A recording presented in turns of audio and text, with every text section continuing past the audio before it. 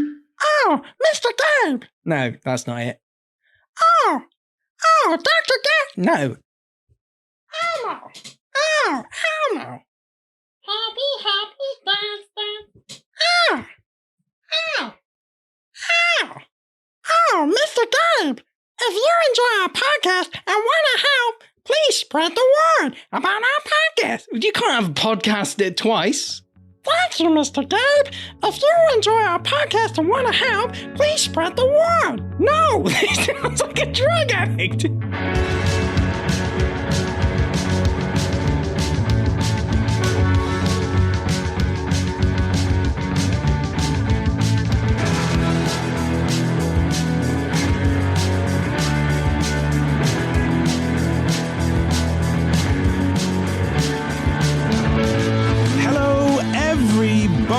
And welcome to another episode of the Neutral Cider Hotel Podcast. I am your host, Gabe Cook, and coming up a little bit later on the show, we'll be diving into the important news of the day.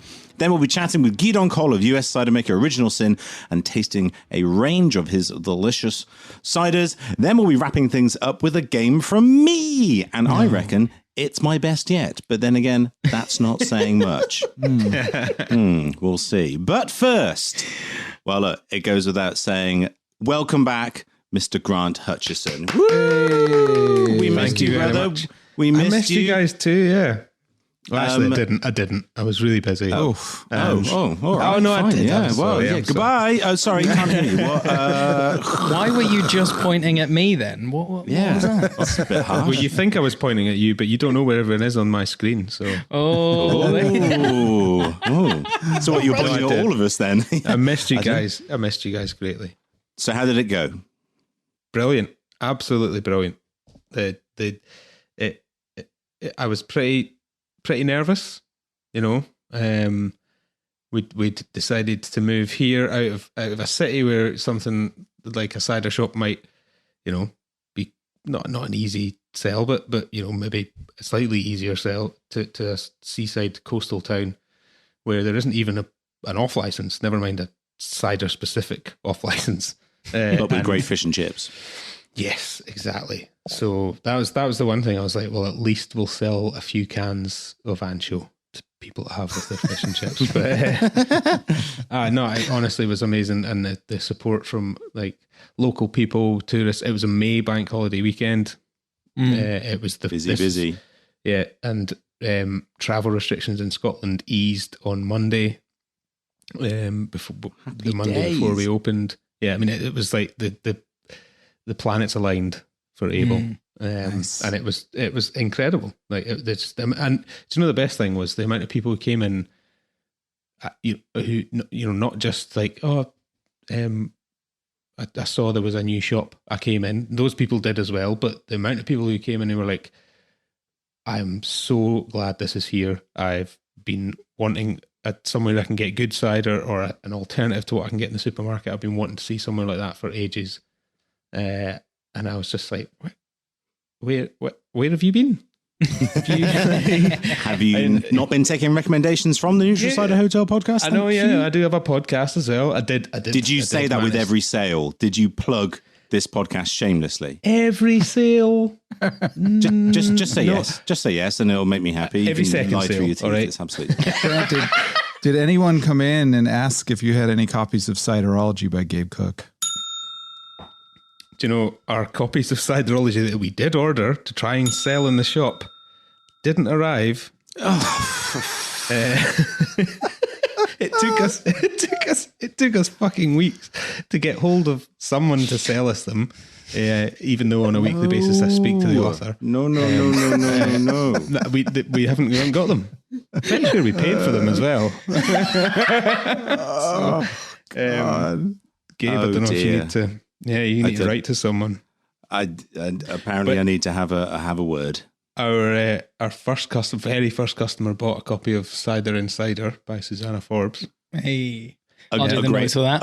A great book. A great book. It was signed as well, so she'd written on it.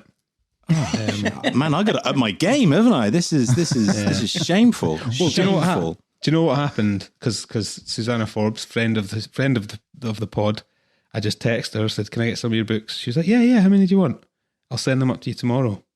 Gabe Cook, not a fucking chance. about 9 weeks later, wasn't it? 9 weeks later, sent an email. Here's the email of my publisher. Okay, cool. All right. Okay. Do you know what? I'm gonna make amends to you, Grant. I'm gonna make amends. Listen to this. How about this? I will do my exclusive Scottish launch of modern British cider in Able. How about that, my friend? Yes. Please, please, please. A verbal contract is not legally binding. Yeah. He'll do it, but he won't have any copies of the book. It's a great book. All you've got to do is go to the Camera Web Shop. Yes. God. Yeah. Okay. I'm on it. I'm on it. Please do. Yeah, that would be lovely. But no, it was brilliant. It was fantastic, and I can't wait to have you guys up here to see it, and all the cider makers that I work with, and the cider drinkers, and you, Scott, over to see it. Like, it's just it's exciting. It felt weird not being able to share it with all those people, you know, because people can't travel and things like that. But it has already been shared via media, of course. I was paying particularly close attention to the good old Google Cider alerts to see whether any news would pop up of the opening. And Grant, you did not disappoint. In the first Google alert that came in, you were actually bumped into second place. You weren't the first article. Whoa. I know. Apple cider vinegar or... No, it wasn't. Drunkard smashes cider bottle over friend's face. No, it wasn't that. It was actually, it's a new brand, and we can talk about it at another time next week, possibly from Heineken, from Bulmers, called Inches. And so you got bumped because there's a new brand in the marketplace.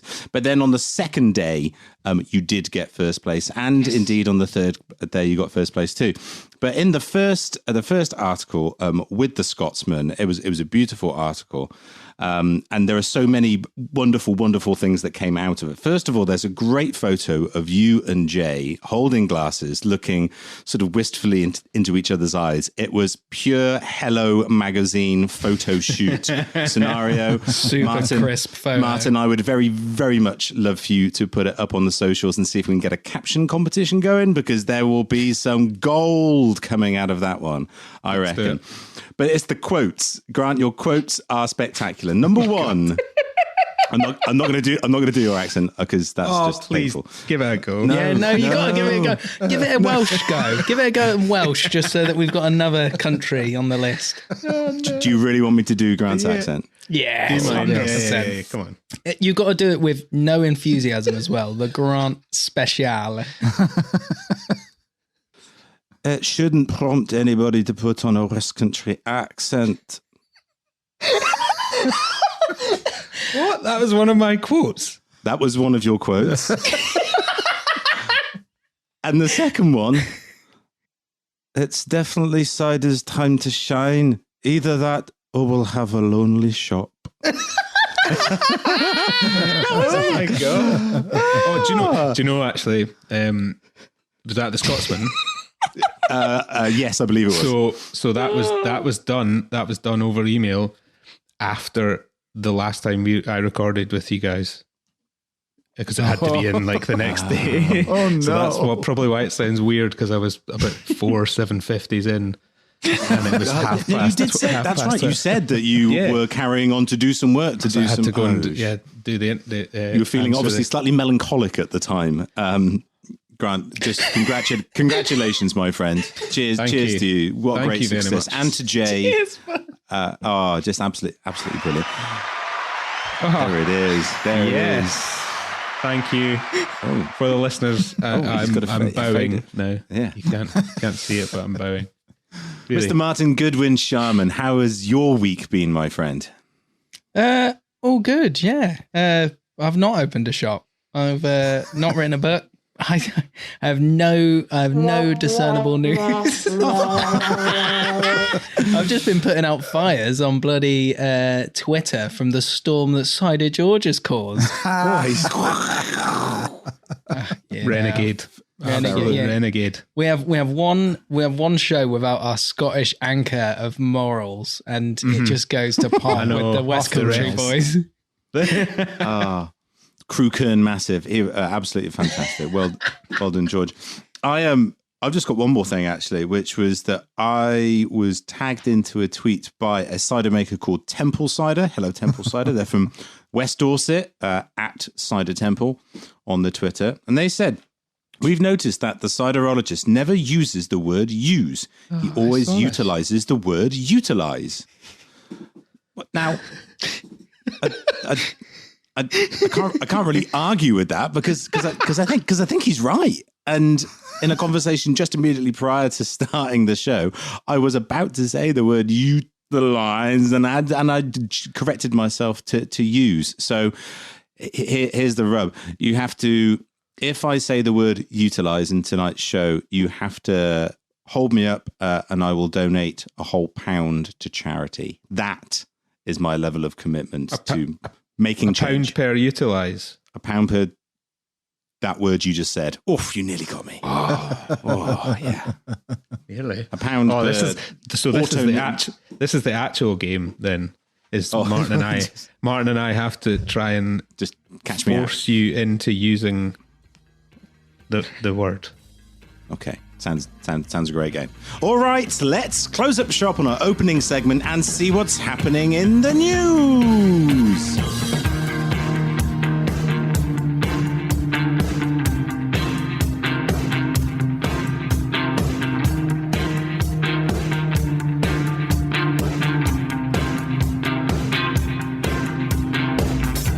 And now, here at the Neutral Cider Hotel, it's time for this week's news. I'm going to kick off. The big thing that happened in the UK was CraftCon 2021, an online event, the UK's only sort of trade show for cider makers in an online capacity this year because of, that COVID-19 thing still lingering around.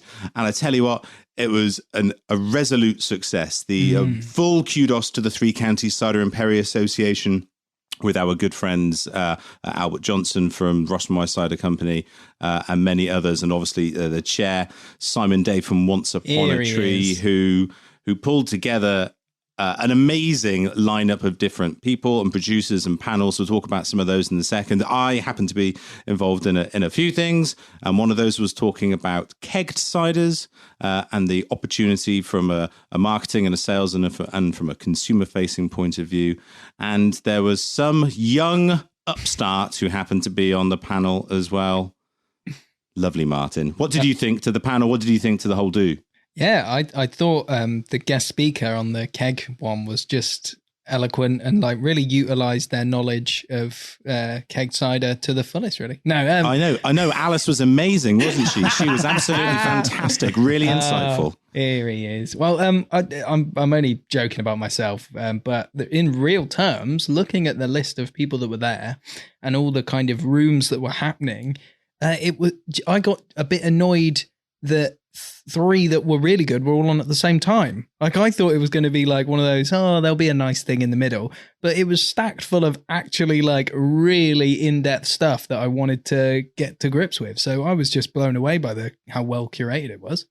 Well, this is one of the benefits of it being an online event, is that for all people who attended and for those participants on the panels, you'll have access to all of the sessions happens. They were all recorded, so you'll be able to go back and see them. So it's dare I say, maybe a benefit versus the in-person. But one of the sad and one of the challenging bits about online is the lack of sort of interpersonal kind of nature. But this clever platform that they use, which actually is what CiderCon utilized in the USA as well, called Hopin.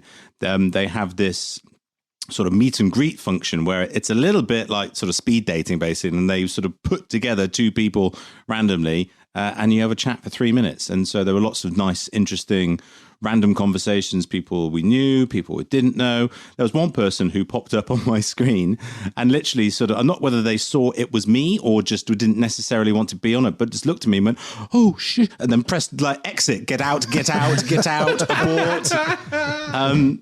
So that was a conversation that just lost into the ether. It just never happened. But I'd love to know why. What did I do? Or was it just, the circumstances? Were you there with your mic and your headphones on Of course I wasn't. No, come on. You know I'm not professional like that. Grant, frustratingly, he was hosting the panel and he was like, all right, guys, welcome in.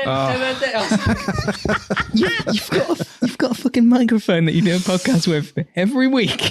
You didn't. Yeah, you kidding? You didn't use it for the panel? No, he didn't. He had it on. What's wrong with you? Even better, was that for the I was the recipient of a recipient on the other side of the interviewer's mic from Felix to talk about modern British cider, and I utilised my previous book Ciderology as one prop in the background. Hold on, you said utilize.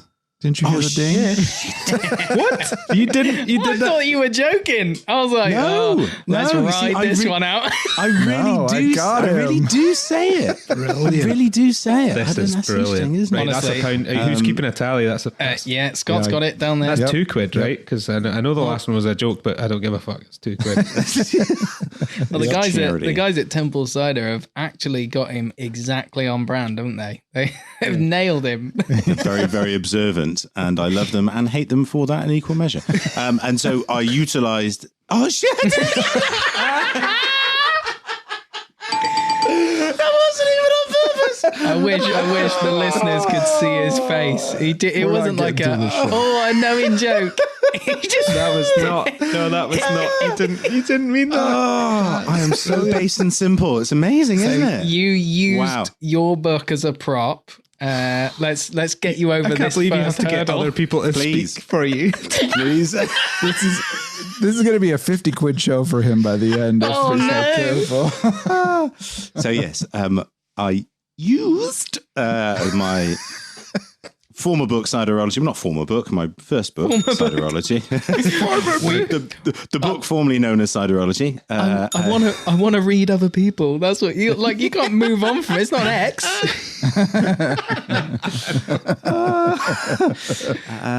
The point was that I used my book, thank you, and my microphone as backdrops for the interview, like little props, but didn't actually use either of them. It really hurt me, Grant. Were you watching? Sorry, I didn't. Unfortunately, didn't attend any of it. Just the timing was you were busy. Bad, but, you were busy. What? Wait, microphone for an event that is being broadcast and recorded for later viewing and use. You decided to use your recording equipment as a prop.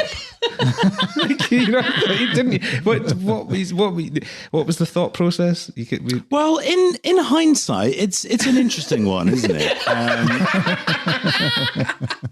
The room that I'm in, you guys can see this. The room that I'm in, it's a little sparse.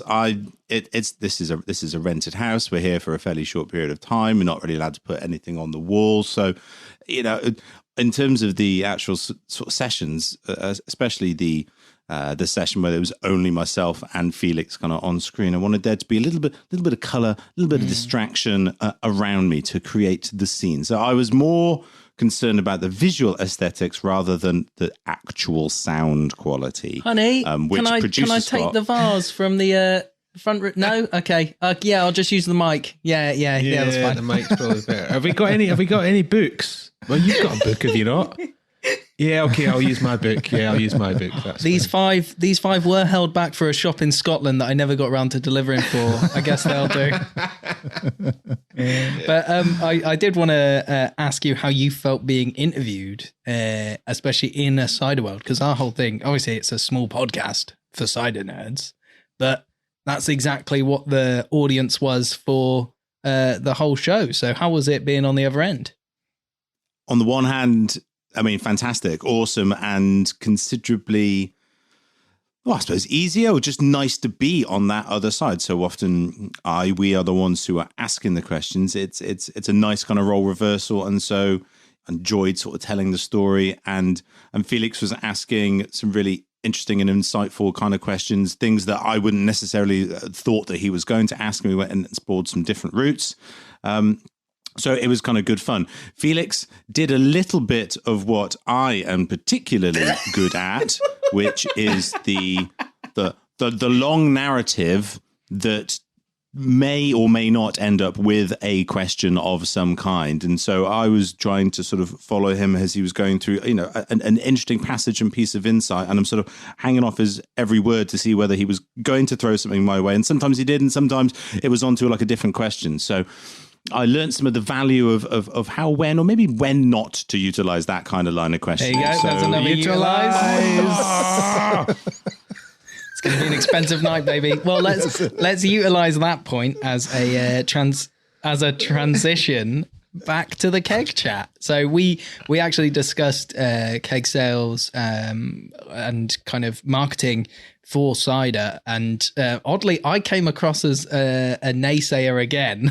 I'm not sure that's true. Who else was on? So we had Alice Churchwood, friend of the show.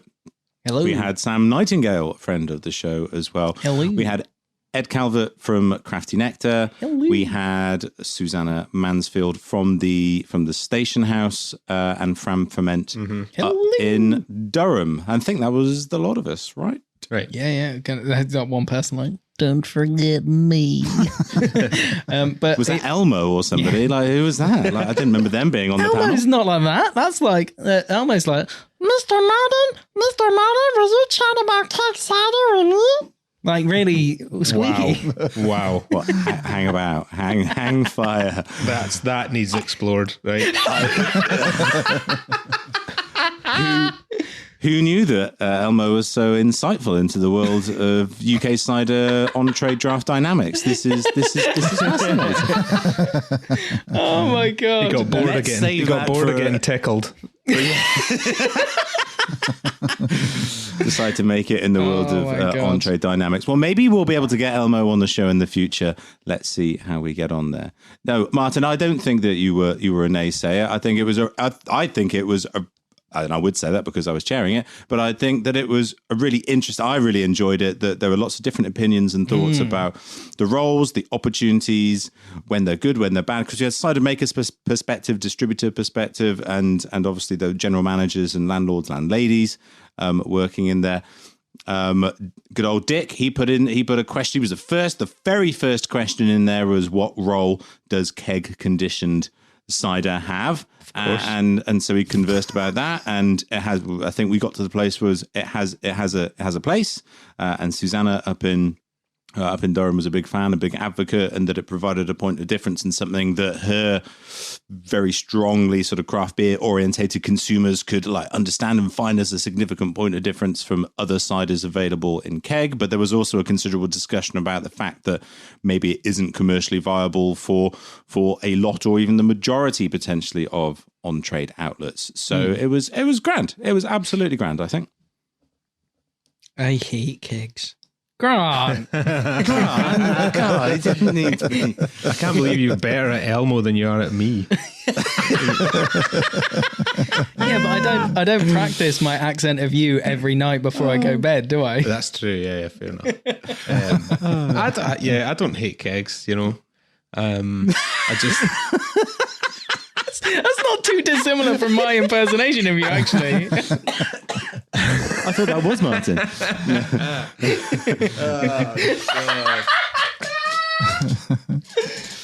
should have taken another week off. So all up, CraftCon, a resolute success. There were well over 100 participants in this online capacity, in this platform at any given time. I suspect considerably more during the height of the sessions. I was probably more focusing on participating, and we had lots of friends who were on the panels. Soham from Artifact, Sam Fitz from Banjo, James and Susanna Forbes and Blair Cote, obviously from Little Pomona, the aforementioned Alice, the wonderful Helen from Birham Collective, who alongside Ren Navarro from Beer Diversity did a fantastic session around diversity inclusion. It was really, really good.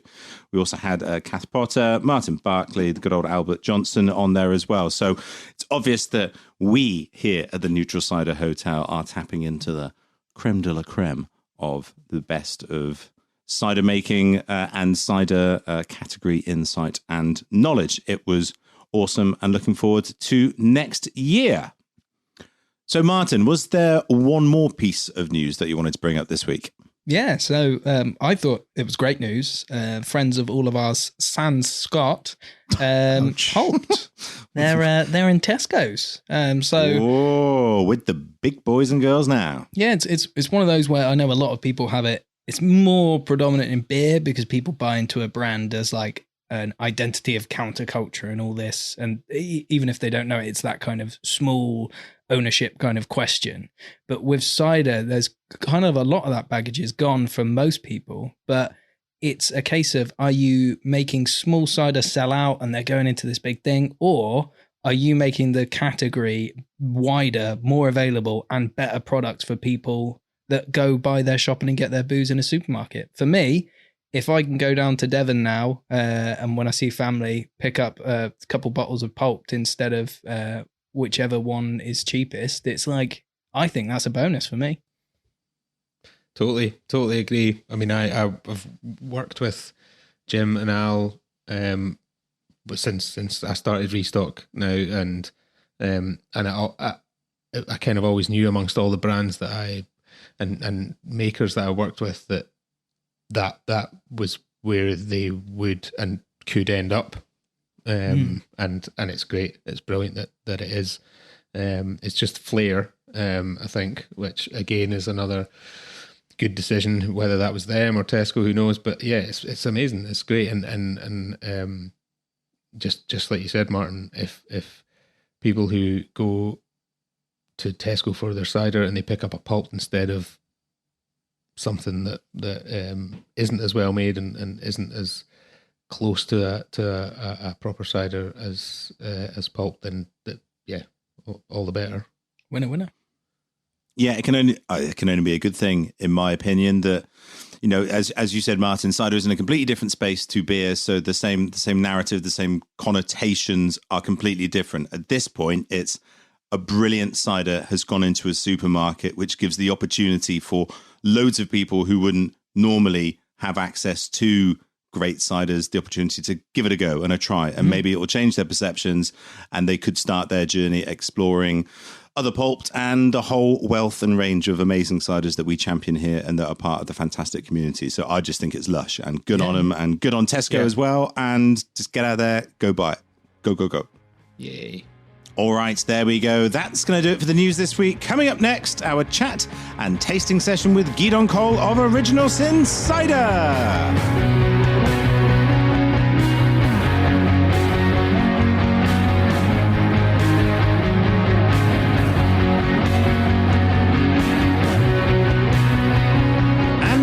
It's time for this week's interview, and today we have one of the true pioneers of the modern cider scene in the US of A, establishing his brand in New York way back in 1996 with a desire to reconnect America to its roots through an authentic yet contemporary drink. Tonight's guest has been crucial in changing perceptions of cider for the American public. He was one of the 40 or so producers that attended a meeting in Oregon in 2011 that led to the formation of the American Cider Association and the establishment of CiderCon, an event that annually hosts well over 1,000 people today. It gives me considerable pleasure to be welcoming to the hotel this evening, Gidon Coll from Original Sin Cider. Hey! Woo! Woo! So, Gidon, welcome to the Neutral Cider Hotel.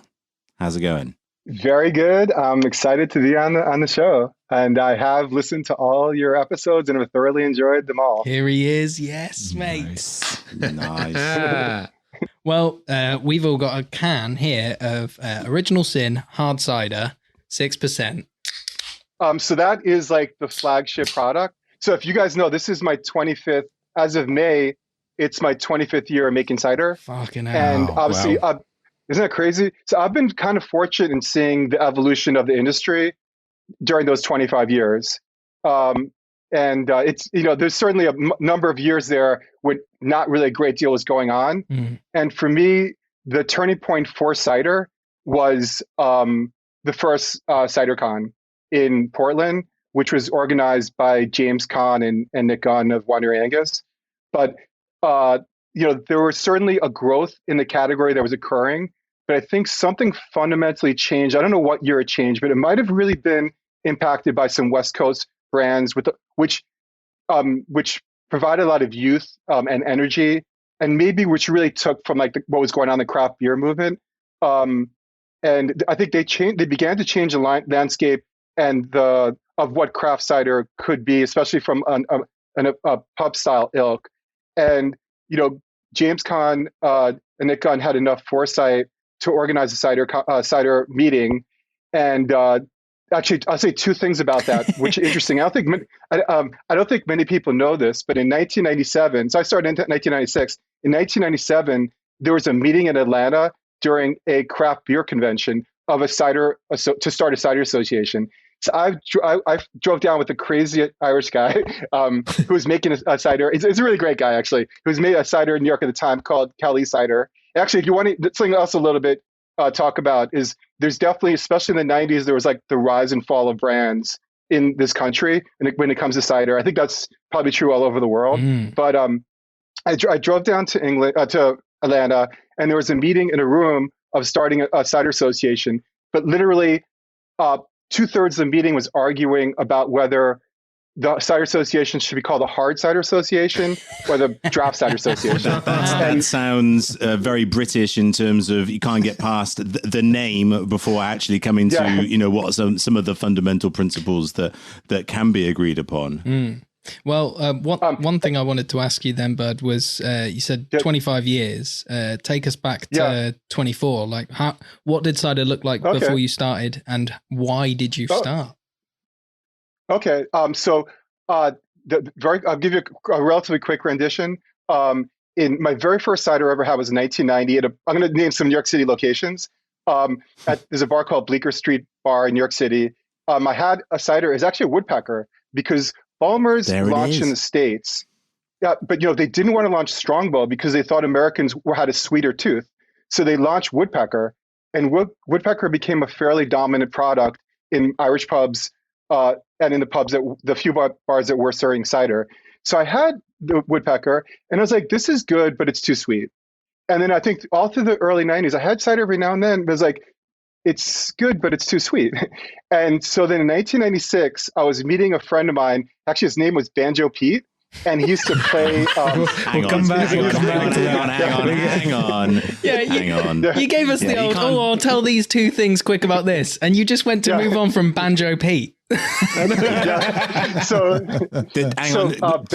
he have a surname? Like, did he have a surname, or like was that his actual name? Okay, he did. He did have a surname. He worked at the UN at the time. And he went to the UN. He actually worked at. He worked at the UN library. Was he the Secretary General or somebody like that? Was he before Kofi Annan? Like, did I miss that one? Like he had a really great interest in history. And when he played banjo songs from like the 20s and 30s in his underground clubs in Brooklyn, he would always talk about the history of any one song, and it was awesome. Fantastic. So the story goes, we met in the old Kettle of Fish, which was a bar famous that Bob Dylan used to hang out at, and he wanted to start a business driving a vintage car around the East Village and giving people a history of the East Village. And I actually had already started business. And so he met me there to get advice about starting his business. And we were served a pint of cider. And I was like, this is too sweet again. And then it just hit me, like, why doesn't anyone in America make a much drier cider? So I got access. This is before Google. Google only started a couple of years later. So it was a little hard to research the history of cider. I got access, a friend of mine to Columbia University Library, and I started doing research, and I learned about the incredible tradition of cider in England. I learned that there was an incredible tradition of cider in the States as well, and that also people naturally like cider, and it made no sense to me why cider wasn't bigger. But the one thing I would say is that I talked to friends of mine, and every friend I talked to was like, cider had such a negative image because the only ciders in the market were sweet that everyone I talked to thought it was a miserable idea. So I got, with no money, I had zero money, and I still don't necessarily have a lot of money. I got access to a little. So you truly are a cider maker then. Okay, this is good. This is good. You're the real deal, my friend. Yeah. Yeah. But I got access to a little winery in upstate New York. There weren't that many places that had actually the proper licensing to make cider. And I got little mixes. I would go into East Village at night and have people try it. Because New York City was an older market, people didn't want sweet products. And every time I came, I realized that the palate was drier and drier. And then brought it to City. Actually, one more interesting thing real quickly is that I tried to, as I came to City with my product, my label, my first, Banjo Pete had a van. So we got a van load in New York City. Very resourceful person is old Banjo Pete. Who knew? Who knew? Yeah, another friend named Alan. And we brought into City, and no distributor would pick cider up because there had been one cider that had launched in New York City that was on the drier side. The only craft distributor at that point was the Brooklyn Brewery. And the distributor said to me, this other cider brand had started. They had a lot of funding. They were featured in the New York Times, and they were unsuccessful. There's no market for cider in this city. So I was in a quandary. I'd made a product, and so I began to pound the pavement literally from morning till night to the point of exhaustion every day. And I literally walked every street in New York City hundreds of times to the point that you named a street in New York City and I couldn't tell you what bar and restaurant was on that street. I felt like I wasn't doing my job. And even beyond that, I knew everything on every street. Wow. And eventually I developed a real following, and like CBGB's sold at like 20, 30 cases a month. Once again, the issue is that once you put a dryer cider in a bar, people drank it and liked it. And eventually the base got so great. Basically, the whole East Village and parts of Brooklyn were selling the cider that the Brooklyn Brewery eventually brought it in, which is my first big break. One thing I learned about early on with cider, with this business, is that, there was the belief that like, I thought that just getting into Brooklyn was going to be the end all be all, but it's really just taking little steps, and it does take a lot, especially in a category at that point, which is really a tiny niche to make a viable cider. So at what point did you start noticing things changing on a bigger scale, outside of your own distribution thing, It took a while. But I would say once again that I think what was going on the West Coast with some younger brands producing product that was getting into bars. These guys were knowledgeable, and they could communicate a story and a sense of the depth of cider that just got people excited. And actually at that first CiderCon, so I went out to Portland for the first CiderCon, and I had never been to Portland. 1997 was a failed year. I went to 1997 a meeting to start a cider association, which never occurred. So I certainly didn't know what was going to go on in Portland, but I'd never been to Portland. So the night before CiderCon, I ended up spending a very late night in Portland. I showed up at CiderCon. You got cidered. Quite late. I got cidered. And I showed up at the meeting a couple hours late, and I found like 35 people in the room, like incredibly enthusiastic. There were orchardists. There were people who were already making cider, people that wanted to make cider. And there were people that stood up in that room who really had visions of what the U.S. cider would eventually become. And I think that I'd already spent so many years basically slamming my head against the pavement in New York City that I'd become very cynical. So I didn't necessarily believe it. But I would say one thing, the next year in Chicago, when like 192 people showed up, I honestly couldn't believe it. And actually, I'll just say something about you, Gabe, that I remember like maybe the first year, I don't know what the first year you came to CiderCon was, but I remember you and Tom Oliver sitting at a bar one day and like looking at wonder, just how the level of energy and excitement at a CiderCon, and thinking that, wow, like here's, a British individuals in the cider world who actually impressed with us, which I was really taken aback. I was taken back by actually. It's part of the cross-cultural exchange, is that so often that UK folk could go out to the US and get inspired by the dynamism and the energy and the value perception, and your good self and your contemporaries come to our side for some of the old school and some of the heritage, and we'll delve into that a little bit more. Let's cut to the cider first of all, shall we? This as your kind of flagship cider, tell us a little bit about, some of the apples that are in here and what's kind of going on. And Martin and Grant myself will give you our feedback or what we think. All right, sure. So in the US, 12 apples represent 88% of what's being produced. The average American's had 6 varieties of apples a lifetime. So there's sort of there isn't a wonderful selection of apples for making cider historically. Fortunately, New York State has the most diverse selection of apples in the country. So these are all New York apples. It's a cider fermented with champagne yeast with about 1.8 bricks of sugar. And then 10 was to make like a pub style cider that was, just very refreshing and drinkable. Wow. So I think nailed the brief. Well, we've had 25 years to nail it, I suppose, as well. So you've had a wee bit of time. What do we think, chaps? Yeah, perfect. I'm almost finished. Yeah, I mean that's what you want, right? I mean, it's one that you know, I imagine just having, you know, a 4-pack, 6-pack in the fridge and just going to grab one fairly regularly. It's brilliant. Yeah, exact same thing. Very clean, super citric. And just to give you some age reference, when you started, you said 1990. I would have just been born that summer, so that's how long. Oh shit! No. You know, it's like it's very scary. Like I know that when I speak, it's horrible actually. Thanks, Martin.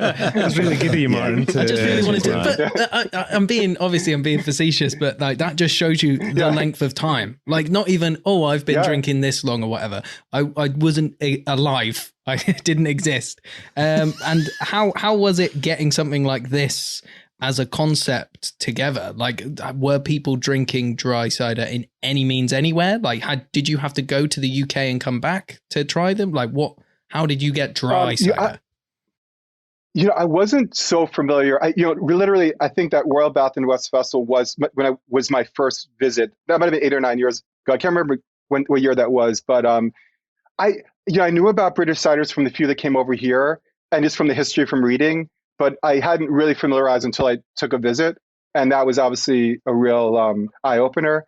So for me, unfortunately, like in back in those years for us, and I got to admit, back then I didn't have very much knowledge. For me, cider might have been Strongbow, right? It wasn't anything greater than that.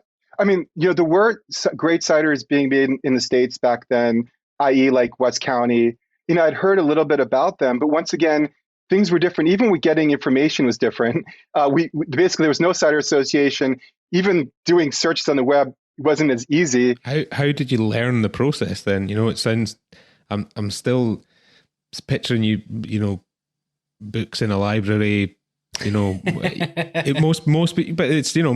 people here would kind of, if you want to do it here, the access to cider makers is actually pretty easy, really. It's a small community, and maybe that's similar now in the US. But when you first started, you mentioned a winery that you visited.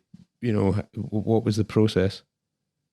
There was a Peruvian wine guy that kind of led me away, and actually the Irish did you say fellow Peruvian wine? Yeah, that's going to be pretty niche. I'm going to say Banjo Andy, Peruvian wine guy. Any voice you can utilize here. But I would say but at the same facility, the Irish fellow Brendan, who was making Kelly cider, we'd be sitting in the lab together. He would constantly say to me, you got to make drier cider. You got to make drier cider. You got to make drier cider. But then I'll tell you something else, though. What a huge impact in the early days of US cider was Peter Mitchell. So I knew it was many, many years later for me, but in 2008, so it's many years, I took his first course, and certainly a lot of people early on went through his class. But also for him as well, he's another person that had incredible insight. And I remember him saying, this is when 2008, when cider was still small, this is going to become big. It wasn't even like an issue. Is it going to become big? It's going to become big. And you got to give him a lot of credit, because he taught a lot of those early cider makers how to make cider, which obviously now we're certainly have an incredible amount of wealth of knowledge in this country now. But I think a lot of it really did start with Peter Mitchell. So, well, all that knowledge, and like, I guess a nice, clean, pure approach to cider. But shall we talk about some blasphemy here? Have you put fucking pineapples in a cider? This one is for Pineapple Mike, I'm going to call him, one of our followers. I was scared. I knew this was coming. I love fruit in cider. I love it. But I just want to know how is it for you selling something like this? Is it made for a select people that you want to buy it, or do you like fruit and funky things? Like how do you come to bring this to the market? Okay, let's see. I would say a few things on it. One is early on.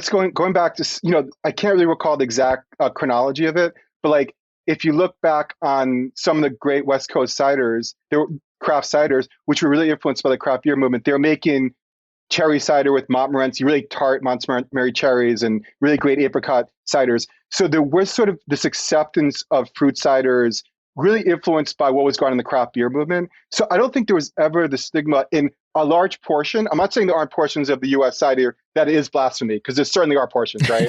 And it's the case here as well. So there's no doubt, right? But, when it came, I only had an apple cider for the first 9 years. And my distributors were asking me for other products. I didn't want to make them, Eventually I made a pear cider. And, there was a point where the brand was slipping a little, and I was seeing what other people were doing.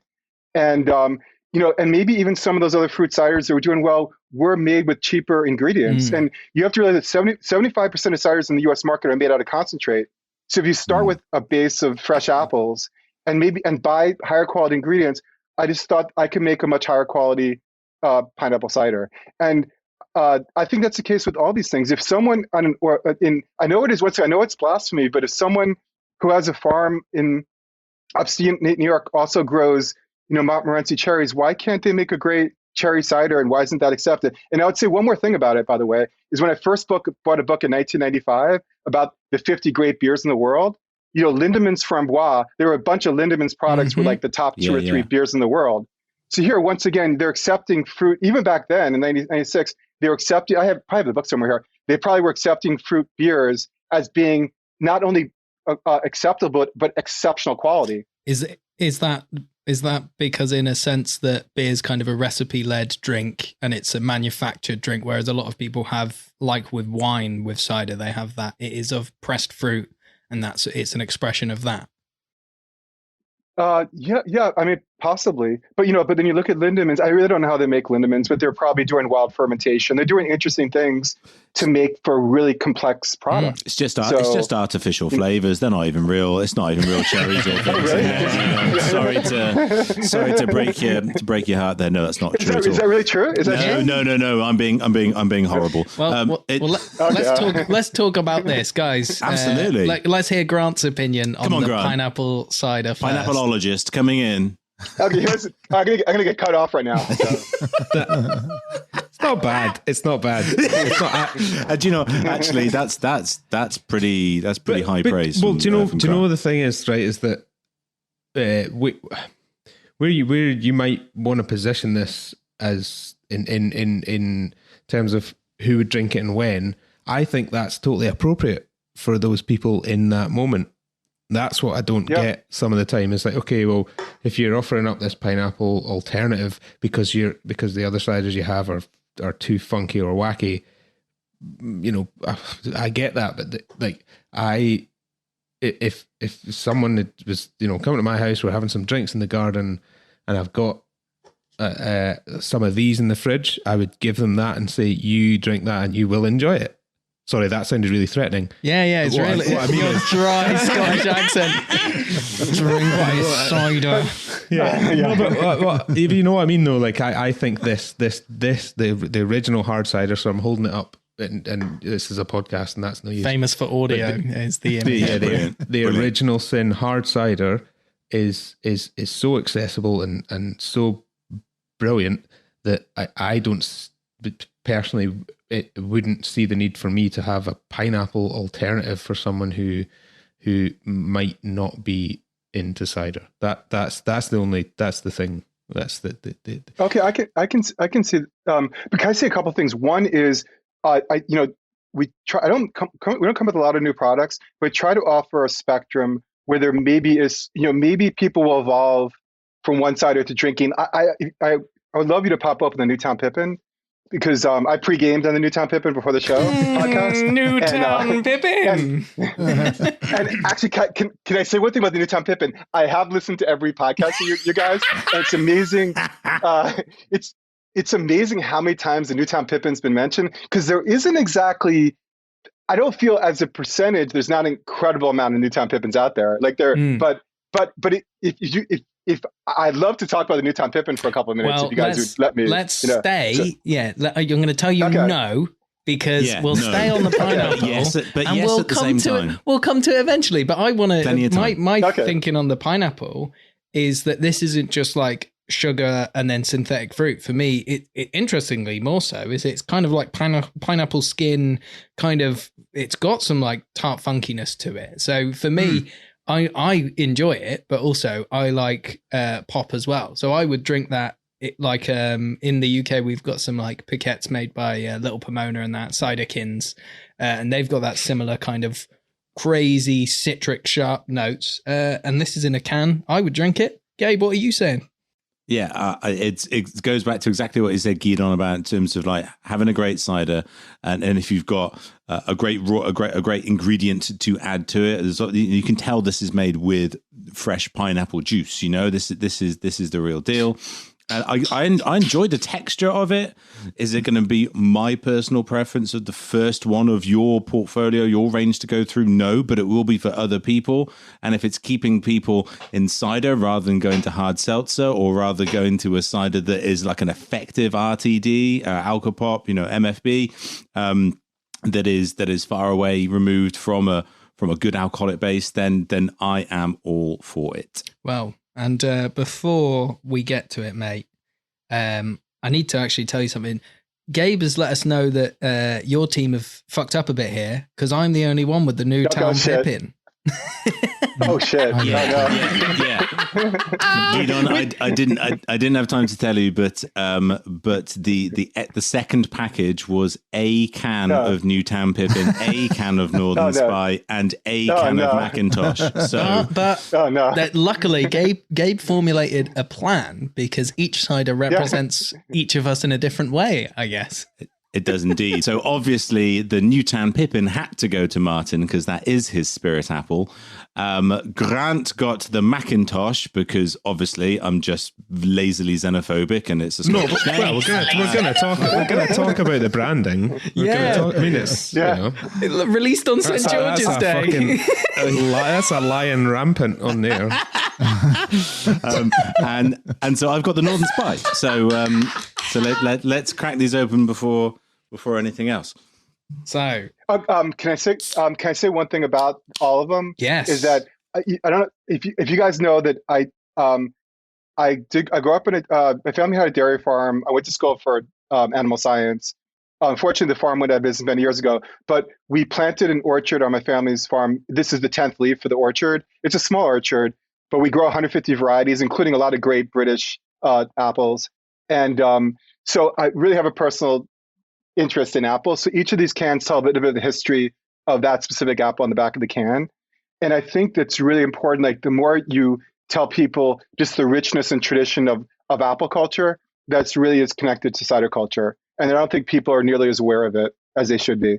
So I know that you are, for all of the sort of modern and the contemporary nature of the branding and the packaging, which we'll come on to in a little bit. I know that you are just mad keen upon these varieties and the tradition and the heritage and the culture. I don't think it was the last time I saw you, but certainly a very memorable time was seeing you in Union Square in New York, where you had a stall of about 50 apples there. Just kind of, you weren't even like selling your cider, you were just educating your people about apples. That was a really wonderful thing to see right in the heart of Manhattan. And so are these apples from you, because you've got an orchard upstate, haven't you? Are these apples from there? They are not from there, only because my orchard is only 2 acres, and it's really about growing as diverse a selection of apples as possible.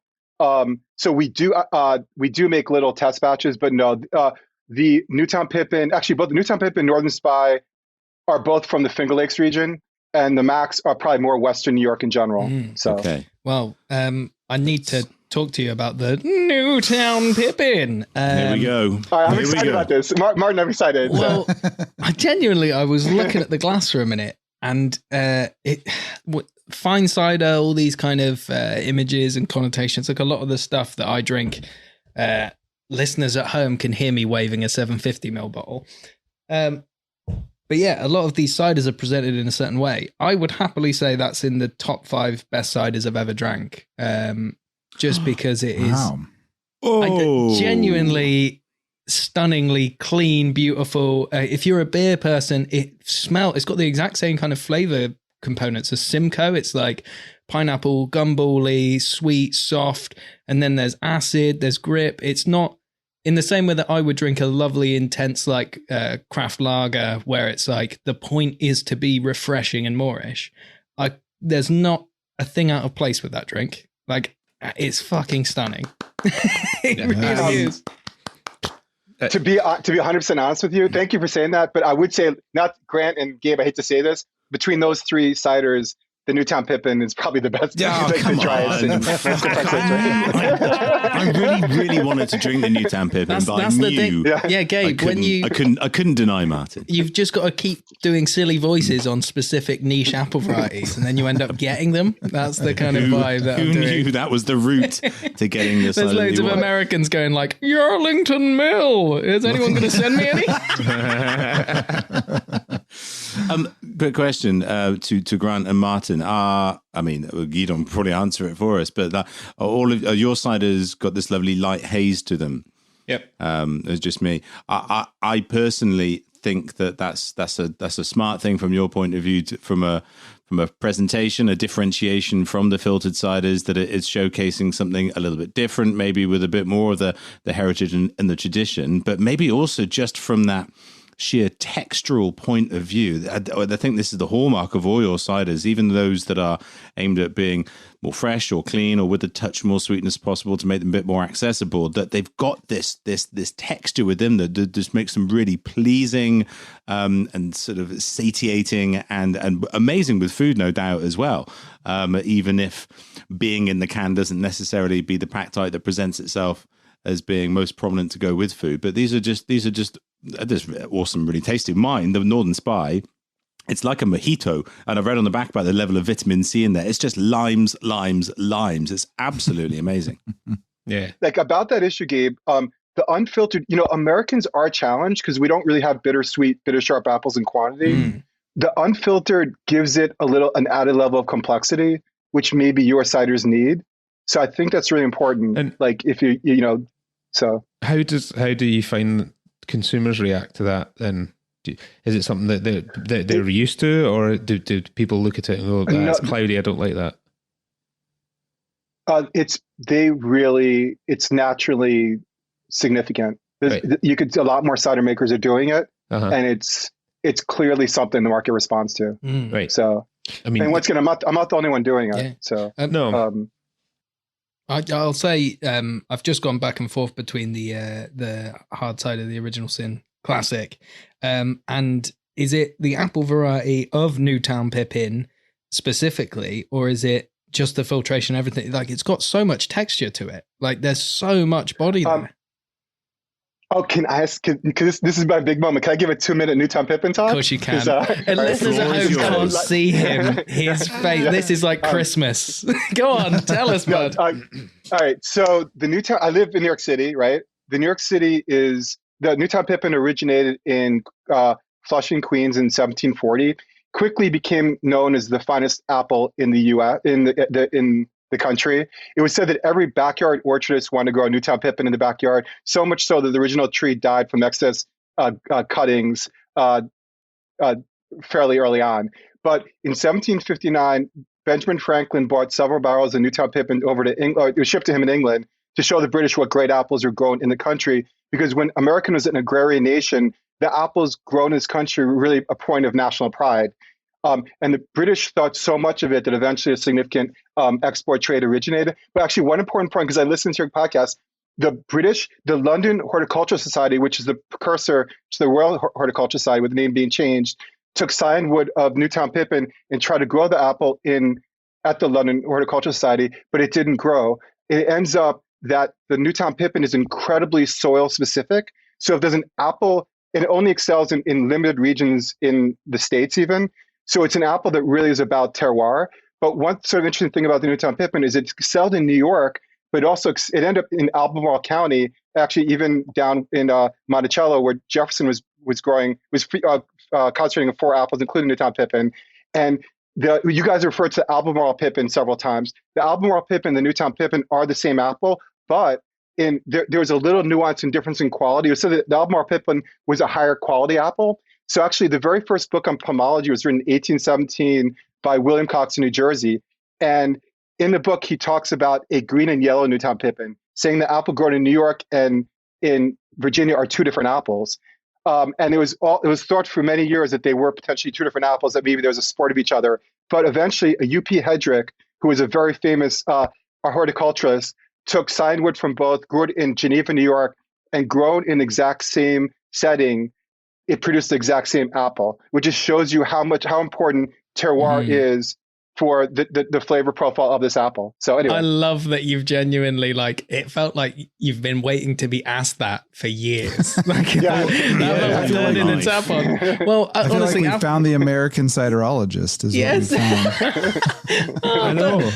But appleologist. Yeah, I'll take appleologist. Well, genuinely, after drinking it, I can actually confirm, as Jefferson said, they have no apples here to compare with our Newtown Pippin. It is honestly, it's nothing more, nothing less than fucking gentle, easy drink. Delicious, absolutely delicious. Yeah. The Macintosh as well. Thank you.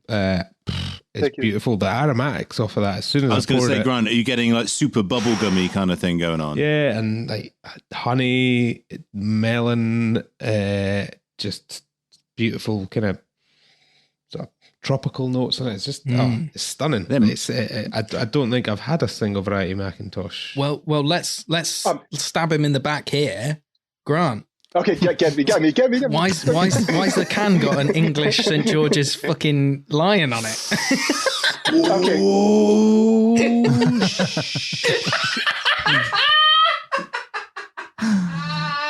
The story goes that I have a great artist, and I say to him, I need to do a label for a Mac, and I don't necessarily tell him the history of the Mac, and so there is maybe sometimes a disconnect between what's on the label and the apple itself. But actually, I know that you guys want to talk about design also, we could go that direction too. But if you guys want, the design, and I've heard once again, for the first many years, it's sort of funny because the brand's maybe known through posters today and whatever how it's known. But for the first many years, actually for the first 12 years, I didn't even have any artist. And my New York City distributor said to me, Gidon, you got to get some point of sale. So I put a small ad on Craigslist in New York City for $25 saying, small company with no money needs an artist. And I got 100 resumes. In New York City, there's great design schools like FIT and SVA. And I know that the average 21-year-old kid, 22-year-old kid at these great design schools has a better sense of the market than anyone else. And it's almost their perfect project to do a consumer goods item, you know? So it's the marriage of someone who gets it and also enthusiasm for designing this work. So I got 100 resumes very quickly, and they weren't anything spectacular. I put a second ad out, and this guy responded from San Diego, and he goes, "This is me," with a link. My name is Forriggs. Hello, how do you do? In that voice. Hello. Secret you didn't realize. Hey, it's producer Did he Scott send you here. a big tech email? Don't forget to use Chrome. Gidon's face then like, Chrome? No, but yeah, so this San Diego artist, what was their deal, and did they accept the low pay? So actually, I'll tell you that there used to be a website for rock poster art called gigposters.com. And a lot of artists also used to do rock posters to show off what they could do. So he sent me a link of his gig posters. He's mostly a gig poster artist. And I was like, oh man, this is so awesome. So I asked him to do a poster. He did a poster, and I was like, man, you're the artist for as long as you want to be the artist in this company, you're the artist. That's it. I knew from the moment he sent me one. And we have a great relationship. He's a great guy. He's incredibly smart. He's actually a minimalist. He rides around an old Harley. He doesn't believe in possessions. He sleeps out. I honestly don't understand why he's not more well known. He's known in the Oakland, San Diego. He does a lot of street art there, and he does art for like the San Diego Opera and for a theater company in Berkeley. But I can't speak more highly of the guy. He's just awesome. So, and I feel so fortunate. The people you've met, Gidon, is I know, incredible. Gidon. You have this world of characters around you. But I love it. It's so, and it's I feel like it bleeds into everything that you do. You know, all the ciders you make and the passion, I think, comes out in all of that. And that's not something that's easy to do. And it's not something that you can just do. You have to, you have to have it. You have to feel it, and you do that exceptionally well with the ciders you make and the way you present them. It's incredible. Thank you for saying that. Can I say one thing Scott and I were discussing beforehand? That, just to let you guys know, until about 4 years ago, I didn't make any cans. And the brand was hurting. I was actually suffering. I was losing market share. And then 4 years ago, we came out with cans, which I think offers a greater canvas for designers. It's one of the many things cans do. And the moment we came up with a couple of new products, but that changeover was literally the complete difference maker in the company, to a point where the company was really struggling. So just showing you how important branding can be. Yeah. Because my branding had gotten old. Well, no, so. You say that. We spoke about you. It's probably not made the show. It's probably when we're drunk at like coming up 1 o'clock in the morning, and Scott has to filter through all of that for a 20-minute segment. But we spoke about it because I was like, I know this branding because I've seen it on bottles. I was like, this has definitely been in the UK. I've drank this before. But when you're saying about market share and things like that, that sounds like to a lot of the smaller cider makers that we talk to, the idea of market share is just, it's almost like, oh, I sell a couple cases. Like, how big is the difference of can to bottle? Like, how many units are there? We're a relatively small company. I live my life in a 360 square foot apartment with behind me is a bookshelf, which is a Murphy bed. So this is a tough, once again, if you're looking to get into cider, join us then. Yeah, exactly. So I wouldn't say it's incredible volume, but the trajectory clearly started going up, and it was a big difference maker. And actually every CiderCon, Gabe, you guys can attest to, is that they show graphs, Nielsen data, which shows canned cider going up, bottles going down. And actually, can I say one thing about England, by the way, is that when I came to England 6 years ago, maybe 8 years ago, I can't remember what year it was, Sierra Nevada, Brooklyn, there were so many American craft beers which were dominant. And then this whole British craft beer scene came out in cans.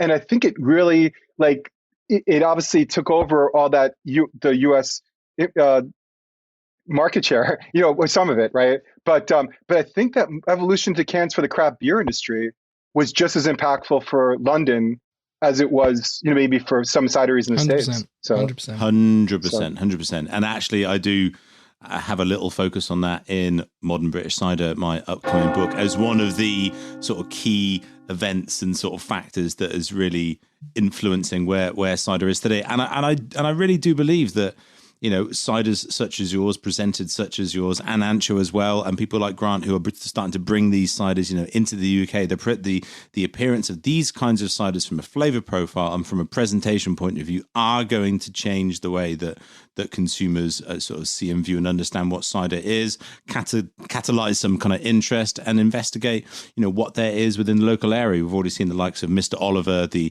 arch kind of traditionalist in one way from a liquid production point of view, presenting something sort of super contemporary. Speaking of Tom and sort of UK and characters, in your travels over to the UK, have you had any amazing experiences in the deepest, darkest recesses of the West Country? There was this guy called Chainsaw Tom who used to... right. Well, I mean, I think one of the things that opened my eye, which I isn't as impartial Apple geek, was going to Hex, where in the single varietal bag in the box that they had there was freaking awesome. I don't know if that's commonplace, but I remember having a Tom Putt single varietal, which, I mean, the name Tom Putt for cider, for an apple is awesome, but that was kind of fun drinking, so.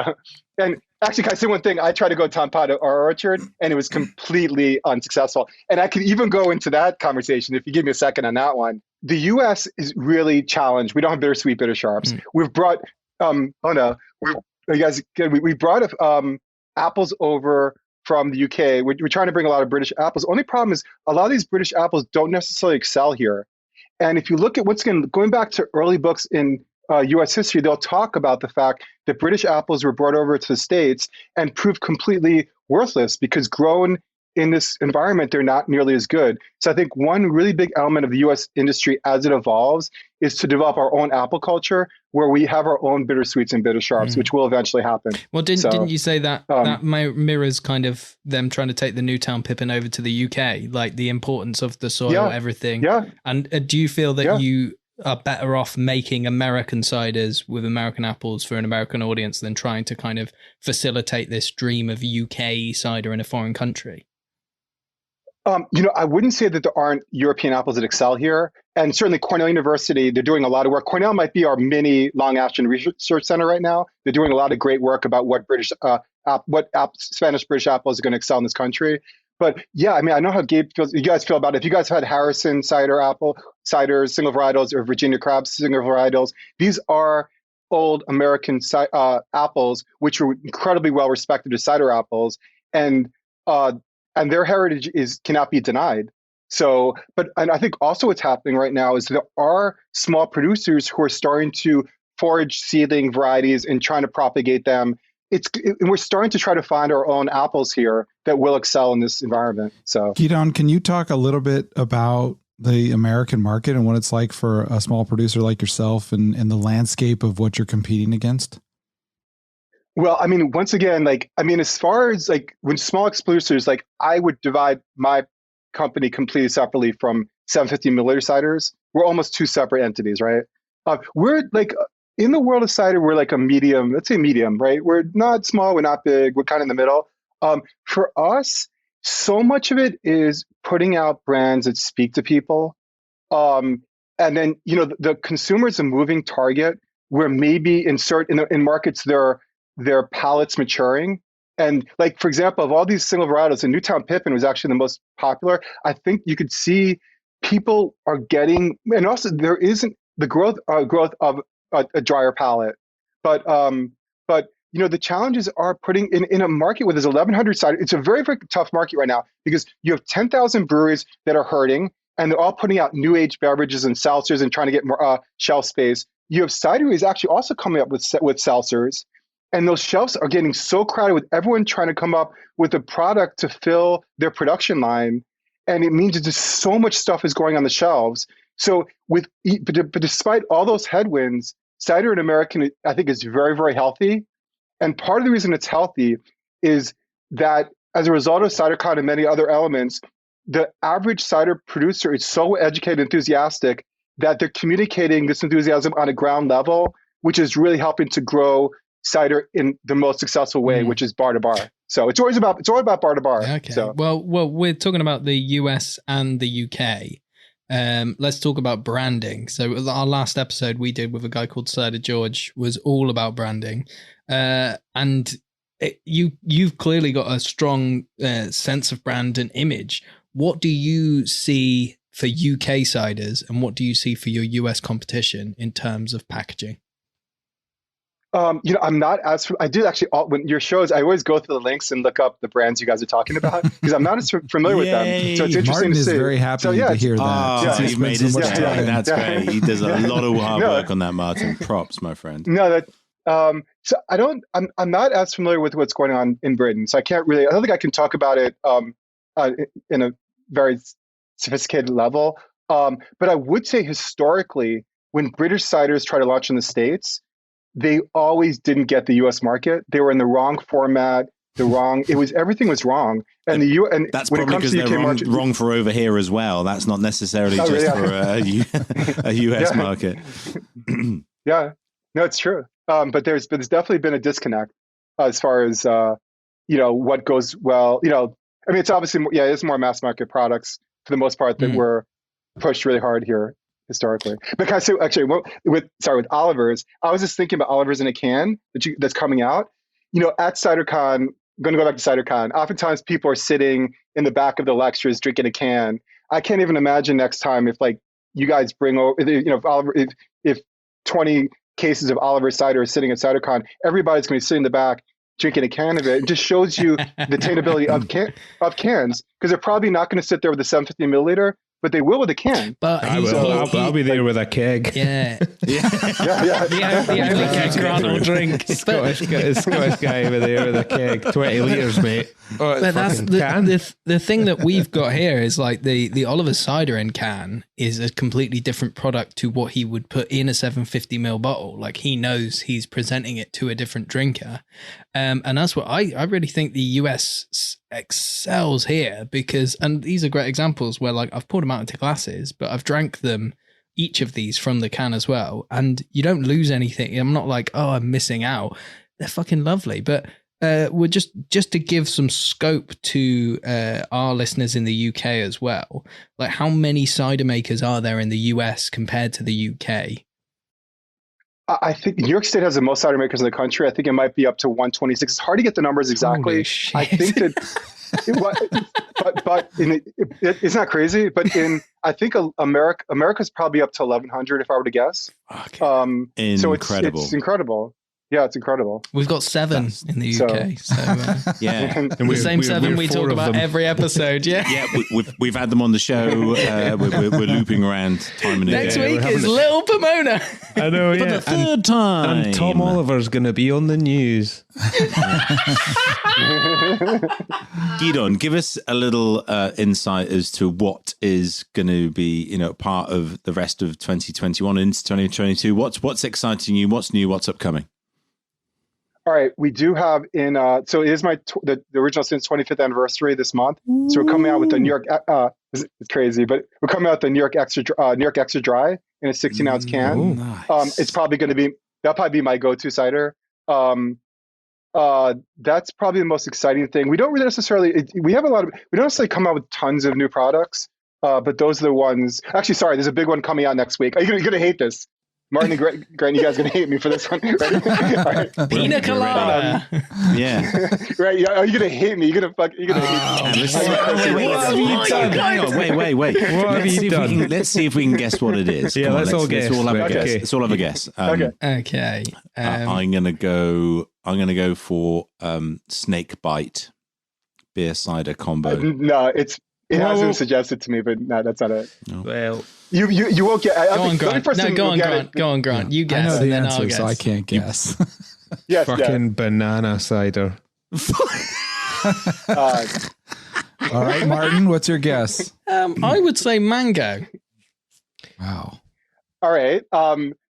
Unfortunately, I did play around. I just thought that it wasn't good enough. But the one I'm doing give me a second before you guys harass me. I'm doing a pog cider, which is passion fruit orange guava. It's a drink that originates in Hawaii. Okay, good night. Good night.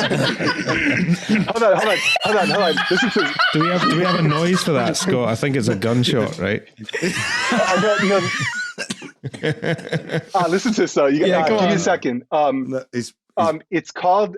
I've been cooped up in my apartment for the last 15 months. So it's called Brighter Times, and it's a tropical cider in which we're going to donate a portion of the proceeds to the bar and restaurant. Don't hit me with the sob story. No, fuck off. We've all been in lockdown. I've got to give £3 to an unnamed charity because I keep on saying the word utilised. £4. There you go. Well, I shouldn't have brought that up. No. We're only taking the piss. Like Grant genuinely isn't, but that's fine. No,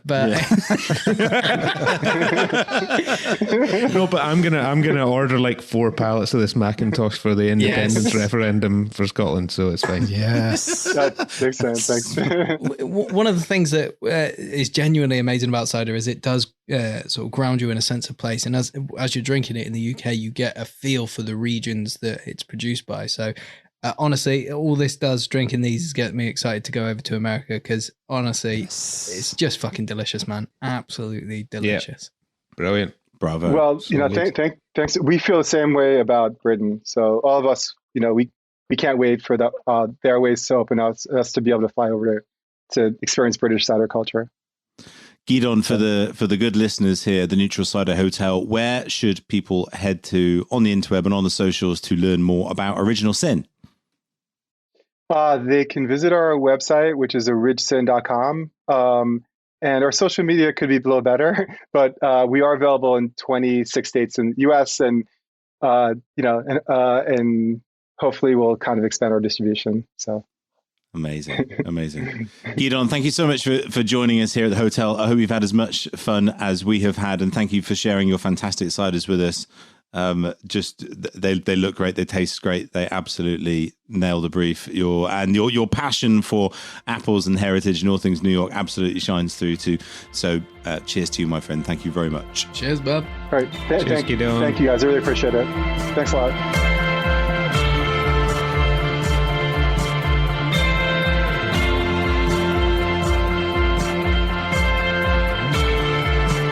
And now here at the Neutral Cider Hotel, wrapping up the show, it's time for a game that I have created called Unique New York. That's right. I've invented a game basically so that I could say Unique New York. That, and given the fact that we've had the most wonderful conversation with Gidon, based in New York, and with these fantastic ciders made indeed with some New York cider apples, I thought I'd just do a fun little quiz, which might, certainly for one question at least, be predicated on the ability for Grant and Martin to remember some of the conversation that was had this evening. Were they paying attention or were they just drinking? Let's find out. So, Unique New York, it's all about New York City and state apple varieties, basically. So we're going to have a few different types of questions. Let's test your knowledge of these New York apples. Perfect. Pretty simple. Yeah, loads in the memory bank. Easy. I mean, as long as the answer is Newtown Pippin, I suspect, Martin, you're pretty sorted. That isn't the answer to a question, by the way. So unfortunately, you're fucked. All right, so here we go. Unique New York. Question number 1. Which of these is not a New York native apple? A, Empire. B, Autumn Glory. C, Bailey. I gotta say, I didn't think Arnie was going to be hosting the quiz. Hello, which of these is not a native New York apple? Is it the Empire, the Autumn Glory, or the Bailey? I'm going to say C. Which is I'm not. going to say C. Which is not. A. Martin, you are wrong. Grant, you are wrong. The answer is B, Autumn Glory. Oh, I'm so sorry that Arnie gave me the wrong answer. Help me. Boy, the accents have really gone off the rails. Well, there we go. See, that's what a can of pineapple cider will do for you, obviously. So, okay, there we go. So no points scored in round 1 for either of our contestants. Round 2, it's the spelling bee round, which I'm sure you're both really going to enjoy. Right. Grant, spell the New York native apple variety Esopus Spitzenberg. So I'm going to spell it and you're going to tell me straight away if I'm wrong. Whenever I will either interject as soon as you make a wrong turn, or I will let you finish till completion and glory. Correct. O? No. Esopus. S is next. Sorry.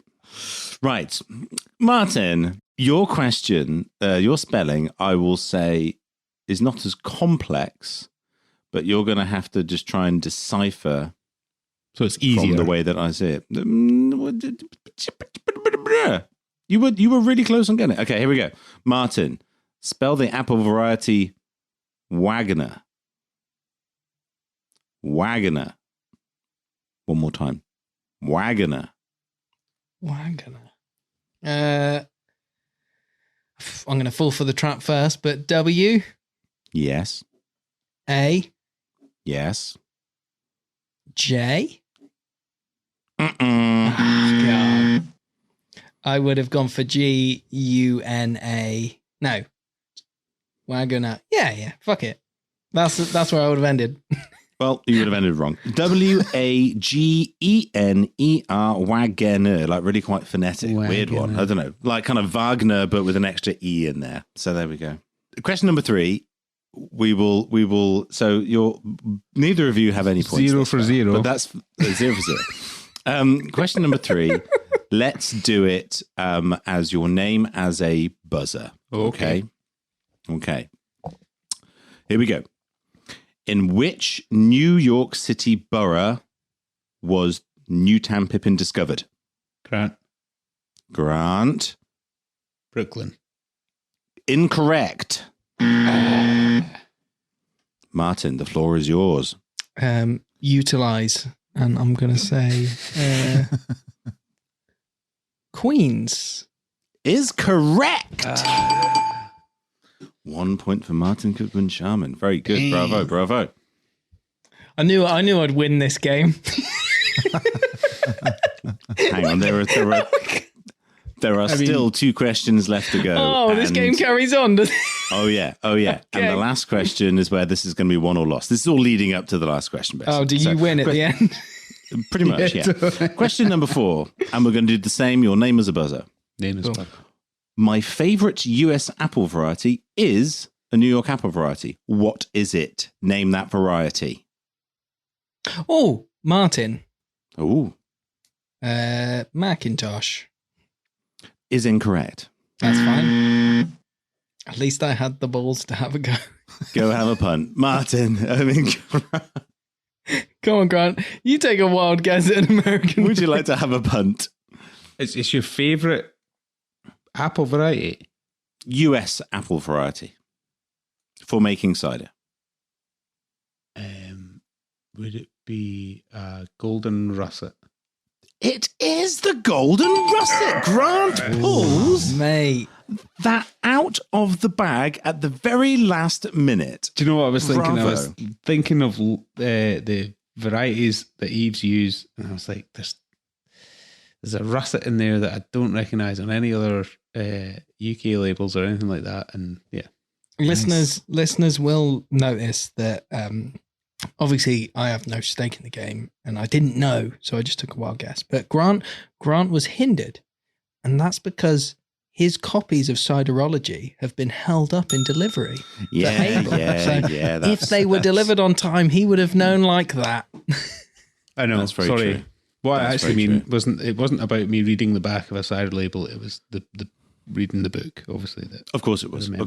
Well, look, the most important thing is that, remarkably, via you both getting a point rather than no points, you are on a level score as we come to the last question, which is a bit ridiculous, but it's great because everything is up for grabs.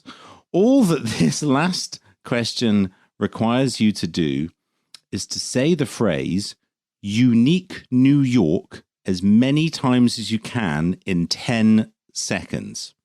When do we start? I will be on, I have the timer, I've got the stopwatch right here. I will be saying start and stop, and it will only be fully legitimate unique New Yorks. Any uniques, Unorks or New-Yeeks, Unorks, none of those are going to count. It's got to be unique New York. Unique New York. Okay. Are you ready? Let's toss a coin to see who goes first. Martin, well done. You win. You go first. Hey, yeah. Are you ready? Wait there. Scott, do you want to be my official verifier as well? We'll count together. Well, someone's you're going to have to give us a ding and a dong. I'll give you a 3, 2, 1, go. That's how we're going to do it. Okay. Ready? Martin, Are you ready? Yep. 3, 2, 1, go. Unique New York, unique New York, unique New York, unique New York, unique New York, unique New York, unique New York, unique New York, unique New York. Fucking hell, it's harder than you think. There was a couple of bad ones in there. Well, I only counted one error, so I got 1, 2, 3, 4, 5, There was 6, a unique 7. New Nork in there. Yeah. That's the I one got you a counted. 7. I got a 7, and there was 2 bad ones, but I got 7. There was two bad ones, right? Yeah. Okay, well done. Martin, you scored 7 points. That was a good effort. 7. Bravo. Done. Well done. Grant, you want to go? Unique New York. Well, I have to go for just speed and hope that like 7 out of 20. What I'm going to do is run into the hurdle as quick as I can. I didn't spaghetti legs you, all right? So don't spaghetti legs me. Spaghetti legs? What's that? Bruce Grobbelaar. Well, that's what a European goalie Cup does. final, 1985. Yeah, There we go. penalty shootout. That's what you do. Don't spaghetti legs me. Right? I'm sorry, I genuinely didn't know that was a thing. I didn't want to spaghetti anyone's legs. Grant, ready. Gladiators, ready. 3, 2, 1, go. Unique New York, unique New York, unique New York, unique New York, unique New York, unique New York, unique New York, unique Stop. New York. That's hard. Grant, I got a score of 5 points. Yeah. Producer Scott, can you verify? as well? I actually got 6. I gave him. Did you? Yes. Okay, I Still, was obviously That's being kind. yeah. That's being kind. But I kind of wasn't trying to give you spaghetti legs. I was trying to say, go slow. You'll be better going slow and confirming them. Because as soon as you trip up, you go, oh shit. Like it's hard. That's hard. It's very hard. That is a hard game. Before we carry on, let's put the judge himself, because he's obviously going to win this game. So come on then, Mister. Well, I say it every We all episode. need to do it. Scott, you're doing it as well. Tip of the yeah. tongue, First- teeth in the lips. First off, Unique we'll New do York. Gabe. Okay, you ready, bud? Hold on, I'll do the timer. Seconds. So count it down. 10 seconds. You ready? Martin, you count down, I'll start. 3, 2, 1, go.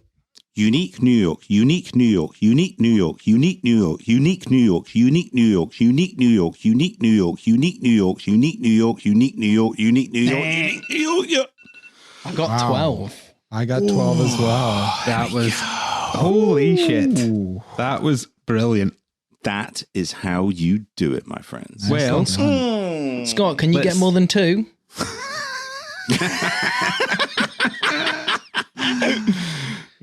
Let's cue him up.